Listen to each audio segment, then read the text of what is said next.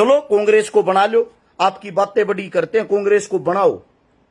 कांग्रेस तो आज से पहले भी आई है, लेकिन कांग्रेस आने से इन ताऊजी ने आपके लिए क्या किया, ये तो बड़ा सवाल है।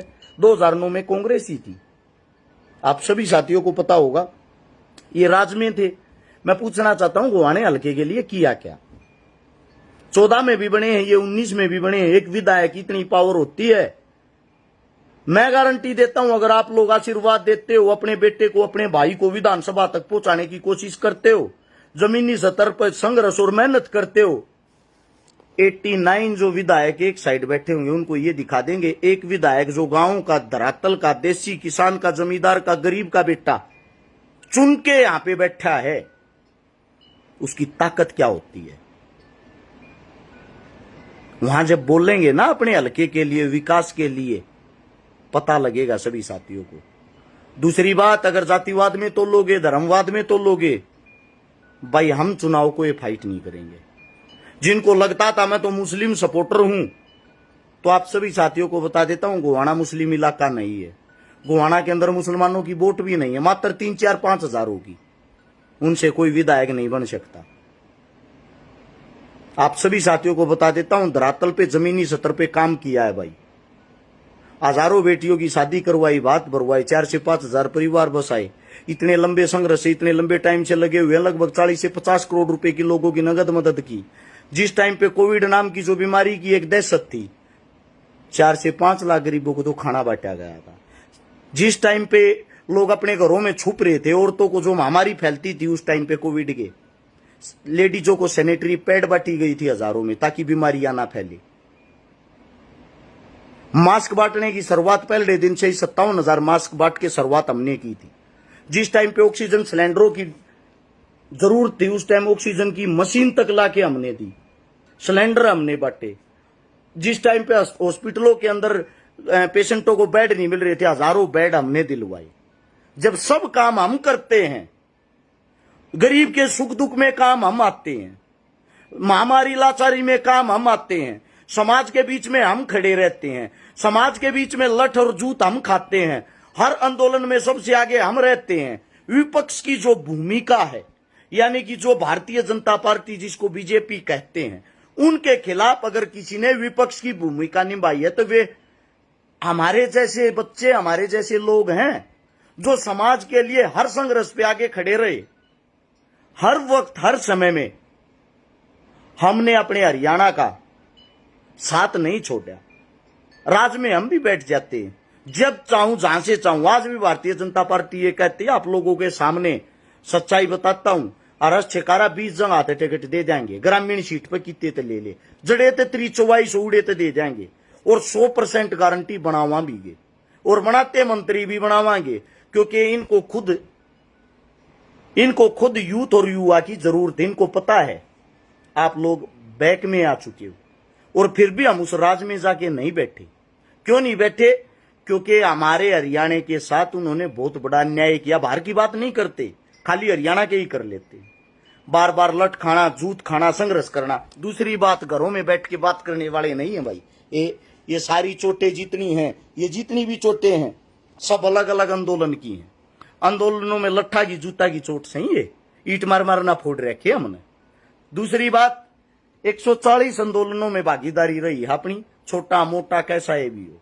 2019 में 57 आंदोलन अकेले जंतर मंतर पे कर रखे हैं।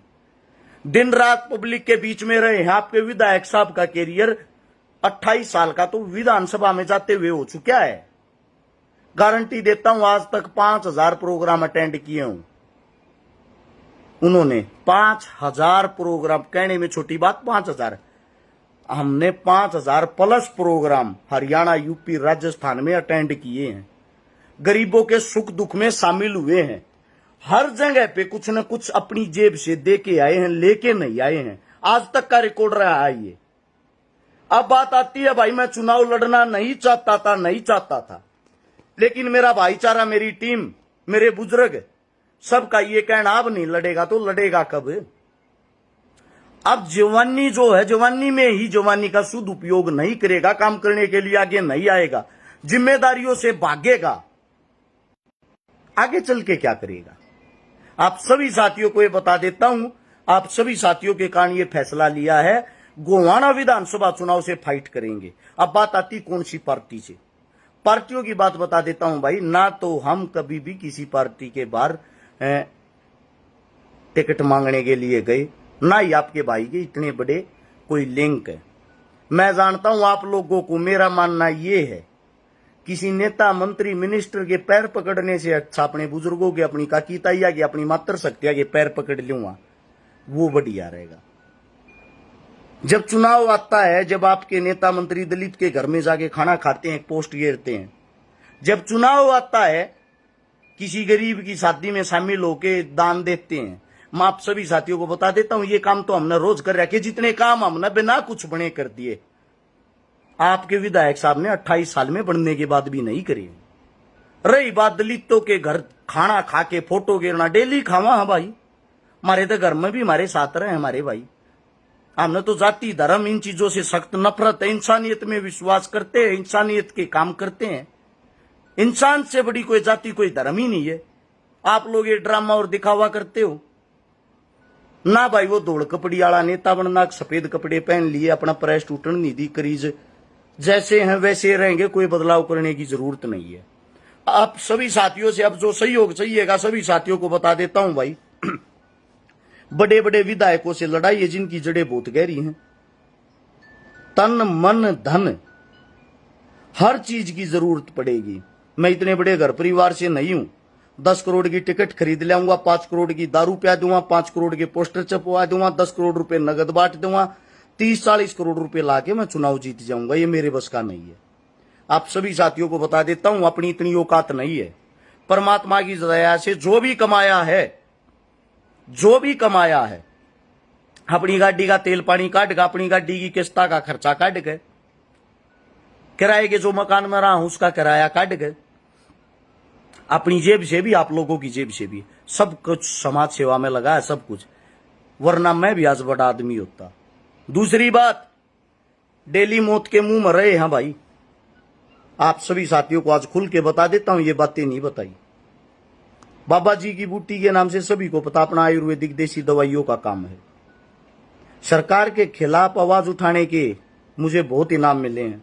7 बार मेरे पर रेड पड़ी है, इनकम टैक्स की, जीएसटी विभाग की, अपनी आयुष्मान की, बिजली की, मतलब अलग अलग तरह की 7 रेड। बार बार परेशान किया गया, बार बार टॉर्चर किया गया है। आपकी सरकार द्वारा लगाए गए झूठे मुकदमे भुगत रहा हूं। एक मुकदमा तो श्री मनोहर लाल खट्टर साहब ने ऐसा लगा रखा है सोनीपत सेक्टर 23 में प्लॉट कब्जाने का, जिसकी तारीखें लगती हैं सोनीपत कोर्ट में। आज तक जज साहब को भी ये नहीं पता वो प्लॉट कौन सा है, कहां है। प्लॉट ही नहीं है जो कब्जा रखा है, कागजों में प्लॉट नहीं है, ना ही प्लॉट का कोई मालिक है, और वो प्लॉट कब्जे का मेरे को मुकदमा लगा हुआ है। साफ छवि है, चोरी जारी ठगी किसी चीज का आज तक अपने ऊपर कोई मुकदमा नहीं, कोई दाग नहीं। दुश्मन भी ये बता देगा रस शिकारा नशे से कितना दूर रहने वाला है, चोरी जारी से कितना दूर रहने वाला है। इन्होंने बदनाम करने के लिए लड़कियों की साजिश बनाई आपकी सरकार ने। आपका एक नेताजी, हमें उसका नाम तो नहीं लेना चाहता, शुक्र है वो लोकसभा का चुनाव हार गया आपकी बीजेपी पार्टी का। अगर वो जीत जाता, सबसे पहले उसका टारगेट था रस शिकारा को मरवाना, क्योंकि उन्होंने पहले भी कोशिश की थी। जिस टाइम मेवात वाला मामला हुआ तो उन्होंने ये कहा था, ये हरस शिकारा ने हिंदू मेवात को एकदम बदल के रख दिया, इन्हें भाईचारे की जो चीज लेकर आया ना, अगर ये ऐसे ही लगा रहा है, इसके साथ लोगों की भावनाएं जुड़ी हुई हैं, ये एक दिन सरकार के लिए बहुत बड़ा रोड़ा बनेगा। सबसे पहले इसको निपटाओ। आज खुल के बताता हूं, 20 करोड़ रुपए का नगद ऑफर दिया गया था मेरे को सरकार की तरफ से। कुछ बड़े अधिकारी रोहतक के अंदर मुलाकात के लिए आए थे। 20 करोड़ रुपए का ऑफर दिया गया था कि आप मेवात के अंदर से यात्रा निकलवाओगे। मैं बोला मैं फ्री में ही निकलवा दूंगा, मेरे को पैसों की जरूरत नहीं है। और वो मेव, जितने भी मेव हैं, वो मेव आपको सराखों पे बैठाएंगे, हम यात्रा निकालेंगे तो वो आपको सिक्योरिटी देंगे, सपोर्ट देंगे। जो आप लोगों ने हा उल्ला बना रखा, वहां ऐसा कुछ नहीं है, मेरे साथ चलो। उन्होंने बोला यात्रा आपके तरीके से नहीं, हमारे तरीके से निकलेगी। मैंने पूछा तरीका बताओ, उन्होंने तरीका बताई। 51,000 भगवे में हमारे आदमी होंगे, 51,000 उनके सपोर्टर होंगे, 1,02,000 आदमियों की यात्रा निकलेगी। जिन सभी के हाथों में आप अपने हिसाब के जो तरसूल भाले इस टाइप के हथियार होंगे जो किसी न किसी धर्म से जुड़े हुए हैं, ताकि उनको डायरेक्ट आप लोग हथियार भी नहीं बोल सकते। और जब वे मस्जिदों के बाहर से जाएंगे तो मस्जिदों से मुसलमान हमला करेंगे उन पर। मैं बोले हमला क्यों करेंगे? मेरे होते हुए मुस्लिम हमला नहीं करेगा। क्यों करेगा? वो आपका समर्थन करेगा, वो आपका साथ देगा। दिल जान से चाहने वाले लोग हैं, वे हमला क्यों करेंगे आप लोगों पर? बोला करेंगे ना। मैं बोला क्यों? जवाब दो इस बात का। बोले आपके मुसलमान नहीं, हमारे मुसलमान करेंगे, यानी कि जो उनके पेड वर्कर होते हैं। मैं बोला वहां आपको पता है कितने आदमी मर जाएंगे? बोला मर जाने दो, आपका तो नाम होगा, नाम करने का तरीका हम बताएंगे, हमारी जो मीडिया वो आपको उठाएगी। मैंने हाथ जोड़ लिए जी, मैं किसी की लाश का सौदा नहीं कर सकता, ऐसी नेतागिरी अपनी ऐसी तैसी करवागी, मैं इसका हिस्सा नहीं बनूंगा। ये जवाब देने के बाद उन्होंने आंखें दिखाते हुए ये कहा सरकार से दुश्मनी का मतलब जानते हो? मैं बोले जानना क्या, मौत से आगे तो कुछ होता नहीं होगा, ज्यादा से ज्यादा मरवा सकते हो। ये दुख दर्द तकलीफ मैं किसी को बता भी नहीं सकता था। मेरे घर से बाहर निकलता हूं तो मेरी पत्नी, मेरा घर परिवार ये इंतजार करता वापिस आएगा या नहीं आएगा। ये दुख तकलीफ मन सहन करते करते कम से भी कम 6 साल हो चुके हैं। 18 से 24 का जो जीवन है ऐसे ही चल रहा है। पर्सनली तौर पर किसी व्यक्ति विशेष के साथ मेरी कोई दुश्मनाई नहीं है, कोई भी दुश्मनाई नहीं है। आज तक किसी के साथ तू तड़ाक भी नहीं है। सोशल मीडिया पर अगर कोई विपक्षी बना मेरे को गालियां देके या फेमस होने के चक्कर में, उनके गांव का भी कोई प्रोग्राम आया तो मैंने मना कर दिया। आपके गांव का आदमी मेरा वो अपने आप को विपक्षी समझता, मैं किसी को नीचा नहीं दिखा सकता भाई। मैं वो गांव में जाऊंगा तो अगले नहीं मानेंगे नीचा दिखा रहा। तो इसीलिए आप सभी साथियों को एक ही बात कहूंगा, मैं नामी रोना होता वे 20 करोड़ रुपए पकड़ लेता और थारे बीच में मेरी छवि भी बढ़िया बनी पावे, क्योंकि मैं तो तुम्हारे को बचाने वाला होता, मरवाने वाला तो होता नहीं, मरवाने वाली तो सरकार होती। लेकिन ऐसी राजनीति की मुझे जरूरत नहीं है। पहले ही आप लोगों को एक बात बता रहा हूं भाई, किसी पार्टी से टिकट ले ना ले, निर्दलीय लड़े कैसे भी लड़े, सीधी साफ स्पष्ट अपनी बात होगी। जाति धर्म मजहब के नाम पर हम वोट मांगने ना जाएंगे ना बनेंगे ऐसे। हमारे लिए सब एक समान है। जिस कौम में मैंने जन्म ले रखा, मेरी कौम ने मेरे को यह सिखाया, दूसरी कौम का अपनी कौम से भी ज्यादा सम्मान और प्यार करना है। दूसरी कौम पर, दूसरे धर्म पर कोई आंच आती है, एक इंसानियत के नाते, एक लड़ाका योद्धा होने के नाते आपको उनसे पहले लड़ना है। तो मेरी तो हर कौम है, हर जाति है, हर धर्म है, हर मजहब है, सबने मेरा साथ दिया है। कोई भी मदद करी है हर एक आदमी ने, बिना जात पात, बिना धर्म, बिना मजहब देखे। तब मैंने किसी बेटी के लिए चंदा मांगा या किसी भी चीज के लिए चंदा मांगा, वो आप लोगों ने हाथ बढ़ा के दिया है। आप सभी साथियों को बता देता हूं, कल ये वीडियो सामने आ रही थी मेरी ही पुरानी। एक ओम सैनी नाम का 7 साल का बेटा था जो कैंसर से पीड़ित था, रोनी के हॉस्पिटल में एडमिट था। यूपी का लड़का था, 2017 या 18 की ये पोस्ट है। उस बेटे की घर, धरती, जमीन सब कुछ बिक गया था इलाज में, कैंसर था उसको। ओम सैनी नाम का मात्र 7 से 8 साल का लड़का, उसके माँ बाप रो रहे थे, रैम की भीख मांग रहे थे। मैंने उनकी मदद कर दी, मेरी खुद आंखों में पानी था। 2 दिन तक उस गाड़ी से नीचे उतरने के बाद, उनकी मदद करने के बाद भी, तीसरे दिन मेरे को खुशी मिली जब ओम सैनी की माता जी का फोन आया, बेटा थारे कारण हमने जो अपनी घर, धरती, जमीन गिरवी टेक रखी थी हमारी, वह भी छूट गई, हमारे बेटे का भी इलाज चल रहा है। लेकिन वो बेटा उसकी जान नहीं बचा पाया, 1 साल बाद भगवान को प्यारा हो गया। देखो उन्हीं को कोई नहीं टाल सकता। लेकिन मुझे खुशी इस बात की हुई, 60 लाख रुपए के लगभग की उनकी नगद मदद हुई। यूपी के अंदर मुजफ्फरनगर से निकल के उल्टे हाथ को कोई गांव था, हरिद्वार जा रहे थे, तब हमारे को पता लगा एक हमारे अपने जाटो समाज की बेटी